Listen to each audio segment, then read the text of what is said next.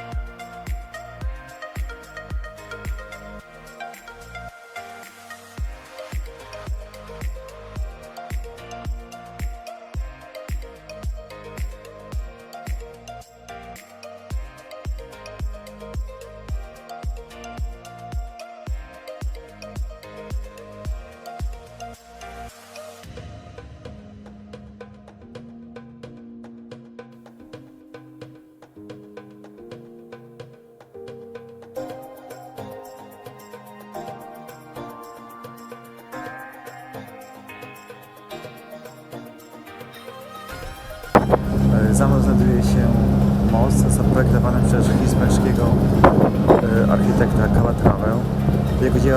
Jego dzieła można podziwiać także w Walencji czy w Lizbonie. W ogóle jego sztuka nawiązuje do motywów zwierzęcych i na przykład ten most przypomina trochę węża.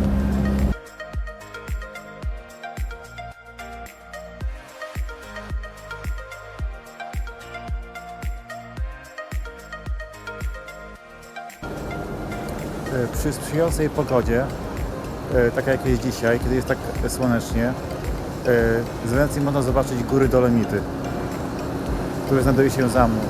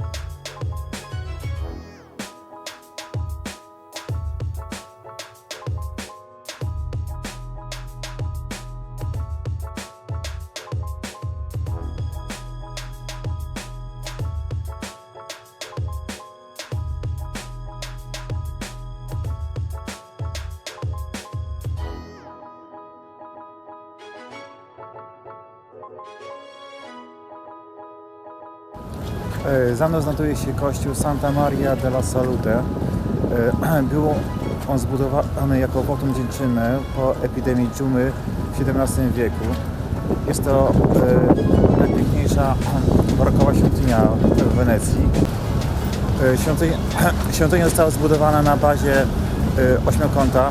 Chodzi o to, aby ona była dobrze eksponowana z punktu widzenia Grand Canal, czyli Wielkiego Kanału, który jest główną arterią w tym mieście.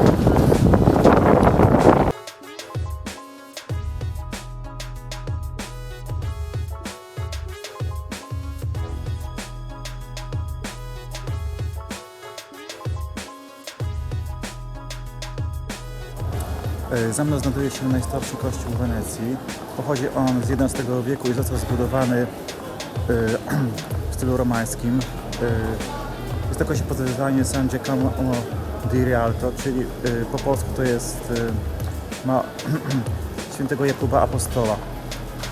W ogóle według legendy na tym miejscu wcześniej istniała inna świątynia, która została zbudowana w roku 421, czyli w roku, w którym założono to miasto.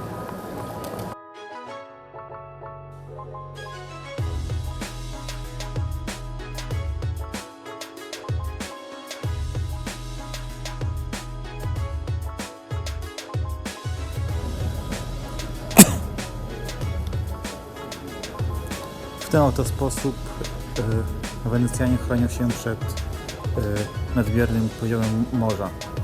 Tak chronią swoje domostwa. Są już do tego przyzwyczajeni w sumie od setek lat, nawiedzają ich różne powodzie.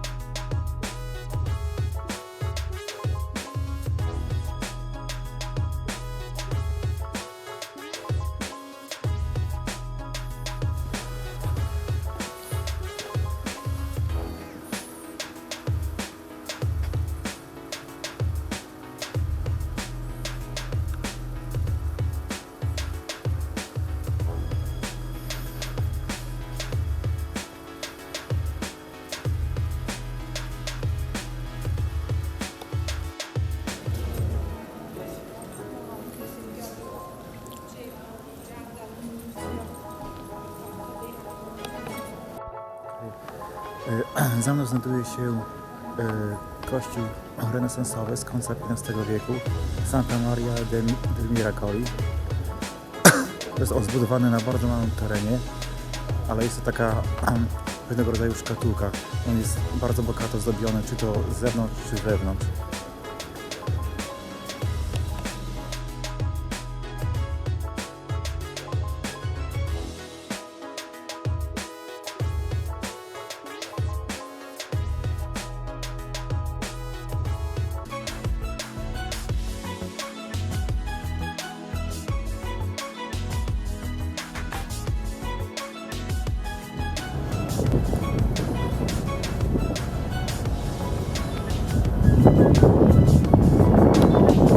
Proszę Państwa, za mną na wyspie znajduje się cmentarz. Został on zbudowany na polecenie Napoleona, czyli tak gdzieś po roku 1797, a według niego miało to w sumie kwestie sanitarne znaczenie. Budowa tego cmentarza na Olsztynie miała znaczenie sanitarne. W ogóle Wenecja od 1797 roku, kiedy istnienie Republiki stała się, czy zaczęła należeć do Francji do roku 1815. Następnie do roku 1866 należała do Imperium Habsburgów, czyli Cesarstwa Austriackiego. Z kolei w 1866 należało do Zjednoczonych Włoch.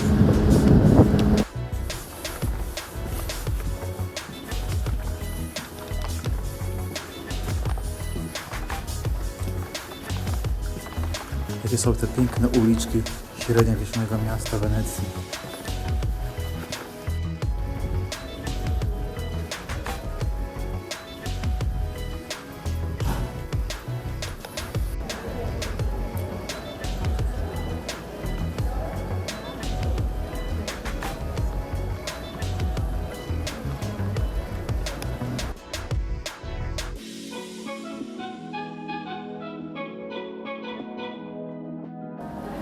Za mną znajduje się Scuola Grande di San Marco.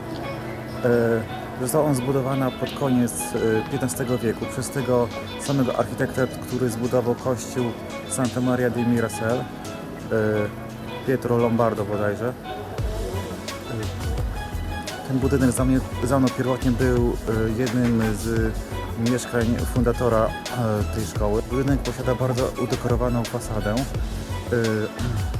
W roku 1819 został przekonwertowany na szpital wojskowy, a obecnie pełni funkcję także szpitala, tylko cywilnego. Republika Wenecka była bardzo demokratycznym państwem. Na przykład nie stawiano tam w ogóle pomników. Wyjątek zrobiono tutaj dla jednego powiedzmy oligarchy, bardzo bogatego mieszkańca tego państwa. Był on tak bogaty, że posiadał własną armię. On umowę z miastem, na mocy której miasto postawi mu pomnik niedaleko budynku Świętego Marka, a on przeznaczy cały swój majątek do skarbu miasta. Ostatecznie spełniono jego życzenie, postawiono pomnik jego osobie przy szkole Świętego Marka, a on miał na myśli w sumie Bazylikę Świętego Marka. Także był to taki trik prawny.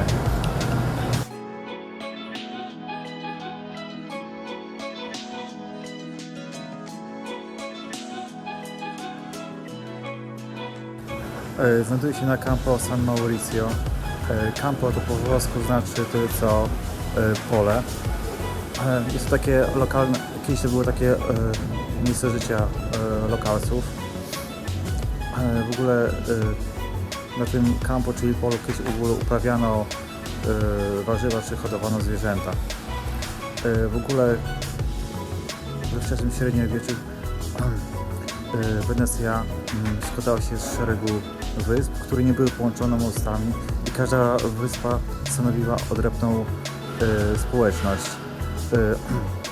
każda taka społeczność miała na przykład kościół i w dawnych czasach w Wenecji było około ponad 200 kościołów, obecnie jest około 120.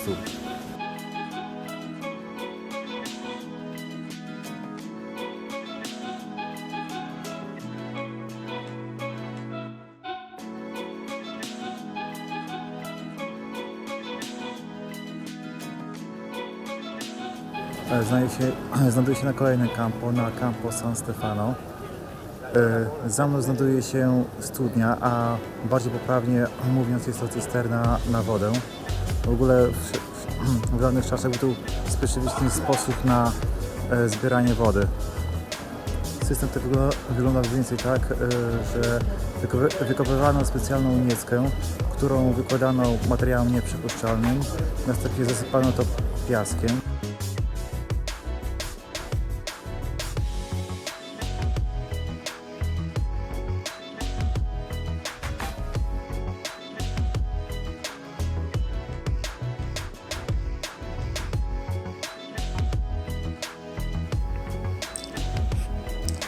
W 828 roku do Wenecji dotarły relikwie świętego Marka skradzione przez weneckich kupców w Aleksandrii. Podobno przemycili je pod mięsem wieprzowym, co zniechęciło muzułmańskich celników do kontroli towaru. Od tamtej pory święty Marek jest patronem miasta. Bazylika świętego Marka została zbudowana w XI wieku. Po 1204 roku do świątyni dodano wiele dekoracji. Było to związane ze zdobyciem Konstantynopola podczas czwartej krucjaty. Najważniejszym elementem zerwowanym z Konstantynopola jest kwadryga. Symbolizuje ona zwycięstwo nad dawnym panem, Imperium Bizantyjskim, które wcześniej rządziło Wenecją. Kwadryga ta została nawet czasowo zabrana przez Napoleona jako symbol zwycięstwa. Wznoszenie Pałacu Dożów rozpoczęto już w IX wieku. Prawdopodobnie na jego miejscu wcześniej istniał zamek bizantyjski. Pałac Dożów reprezentuje styl gotyku weneckiego.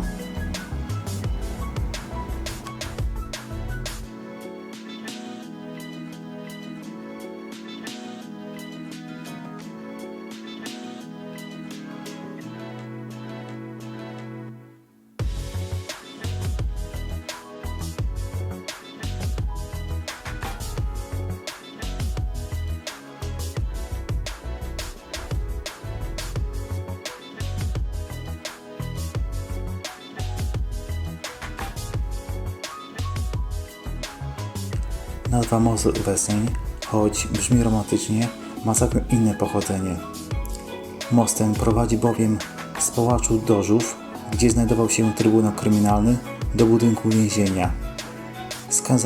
Skazańcy, przechodząc przez most, patrzyli więc przez jego okna po raz ostatni na Wenecję przed odbyciem kary.